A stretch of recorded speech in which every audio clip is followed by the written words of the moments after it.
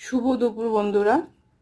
আজকে আমি মেইন একদম এখানে হচ্ছে বাদাম নর্থ ইন্ডিয়ান স্টাইলে বাদামের চাটনি। তার জন্য খাবার বাদাম তৈরি ভিজিয়ে করেছি। রেখে আধা ঘন্টা সেটা হচ্ছে মতো ভিজিয়ে রাখলাম। বাদাম, তারপর তিল, সে বাটার সময় আর অল্প পরিমাণ সরিষা আর বাদাম কুমড়োর বিচি বেটে তার মধ্যে বেটে নিয়ে ওটার মধ্যে তরকাটা দেওয়ার সময় তেলে তরকা প্যানে 2 রকমের সর্ষে ফোড়ন দিলাম, কাঁচা লঙ্কা ফোড়ন দিলাম, 2 রকমের সরিষা ফোড়ন দিয়ে কারি পাতা ফোড়ন দিয়ে ও ফুটিয়ে সেটাকে ভালো করে মিশিয়ে ভেজে নিয়ে যেটাকে আমরা সে বাঙালি আনায় বাদাম পুরো ফোড়ন বাটার মিক্সচারটাতে ফোড়ন দিয়ে ভালো করে নাড়িয়ে চাড়িয়ে নিলাম। চাটনি ব্যাস টেস্ট হয়েছিল। আজকে রথযাত্রা আর সাথে ছিল জন্য একদমই টোটালি চেঞ্জ।